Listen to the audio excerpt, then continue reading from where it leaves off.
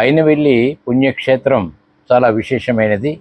ఇక్కడ ఆది గణపతి చాలా శక్తివంతమైనటువంటి క్షేత్రం. ఇక్కడ విశేషం, రోజు నిత్యం అన్నదానం కూడా జరుగుతుంది.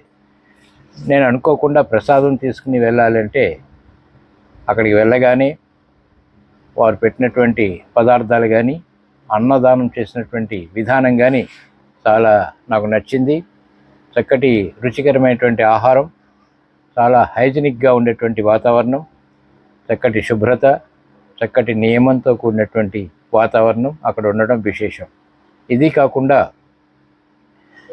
అన్నదానానికి ఇక్కడ ఇటువంటి క్షేత్రంలో, ఇటువంటి శక్తివంతమైనటువంటి క్షేత్రంలో దానాల్లో కల్లా చాలా గొప్పది అన్నదానం. కాబట్టి ఇటువంటి చోట అన్నదానం చేయడం ద్వారా చాలామందికి ఉపయోగపడుతుంది.